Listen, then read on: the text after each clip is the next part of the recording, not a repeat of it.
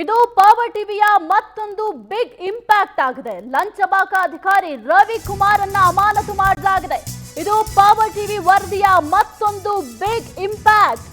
ಲಂಚಬಾಕ ಅಧಿಕಾರಿ ರವಿಕುಮಾರ್ ಅನ್ನ ಅಮಾನತು ಮಾಡಲಾಗಿದೆ.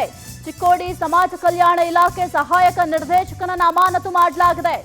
ಕಟ್ಟಡ ಕಾಮಗಾರಿ ಪರಿಶೀಲನೆಗೆ ಲಂಚವನ್ನ ಸ್ವೀಕರಿಸಿದ್ರು. ಅಧಿಕಾರಿ ಲಂಚವತಾರ ಬಯಲು ಮಾಡಿದ್ದು ನಿಮ್ಮ ಪವರ್ ಟಿವಿ.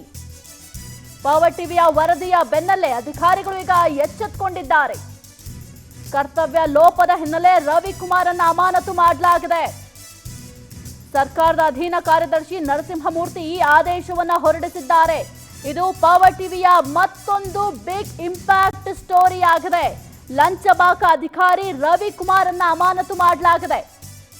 ಚಿಕ್ಕೋಡಿ ಸಮಾಜ ಕಲ್ಯಾಣ ಇಲಾಖೆ ಸಹಾಯಕ ನಿರ್ದೇಶಕ ರವಿಕುಮಾರ್ ಅನ್ನ ಅಮಾನತು ಕೂಡ ಮಾಡಲಾಗಿದೆ. ಕಟ್ಟಡ ಕಾಮಗಾರಿ ಪರಿಶೀಲನೆಗೆ ಲಂಚವನ್ನ ಸ್ವೀಕರಿಸ್ತಾ ಇದ್ರು. ಪವರ್ ಟಿವಿ ಎಳೆಯಾಗಿ ಈ ಲಂಚ ಬಾಕತನವನ್ನ ನಿಮ್ಮ ಮುಂದೆ ವಿಸ್ತೃತವಾಗಿ ವರದಿಯನ್ನ ಮಾಡಿತ್ತು. ಅದು ಕೂಡ ಗುತ್ತಿಗೆದಾರನನ್ನ ಬಾರ್ಗೆ ಕರೆಸ್ಕೊಂಡು ಹಣವನ್ನ ಪೀಕ್ತಾ ಇದ್ದನ್ನ ನಾವು ಕೂಲಂಕುಷವಾಗಿ ತೋರಿಸಿದ್ರೆ ನೀವು ಈಗಲೂ ಕೂಡ ಗಮನಿಸ್ತಾ ಇದ್ದೀರಾ. ಒಂದು ಕಡೆ ವಿಜುವಲ್ ಇದೆ, ರವಿಕುಮಾರ್ ಯಾವ ರೀತಿ ಲಂಚವನ್ನ ಸ್ವೀಕಾರ ಮಾಡ್ತಿದ್ರು ಎಂಬ ವಿಚಾರವಾಗಿ. ಇದೀಗ ಅಧಿಕಾರಿಗಳು ಎಚ್ಚೆತ್ತುಕೊಂಡು ಈ ಲಂಚಬಾಕ ಅಧಿಕಾರಿ ಏನಿದ್ದಾರೆ ರವಿಕುಮಾರ್, ಈತನನ್ನ ಅಮಾನತು ಮಾಡಿದ್ದಾರೆ.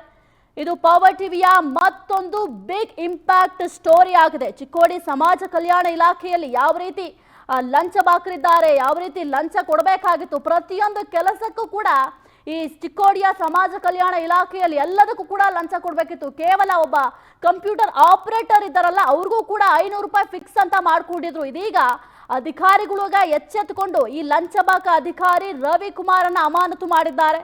ಸರ್ಕಾರದ ಅಧೀನ ಕಾರ್ಯದರ್ಶಿ ನರಸಿಂಹಮೂರ್ತಿ ಅವರು ಈ ಆದೇಶವನ್ನು ಹೊರಡಿಸಿದ್ದಾರೆ.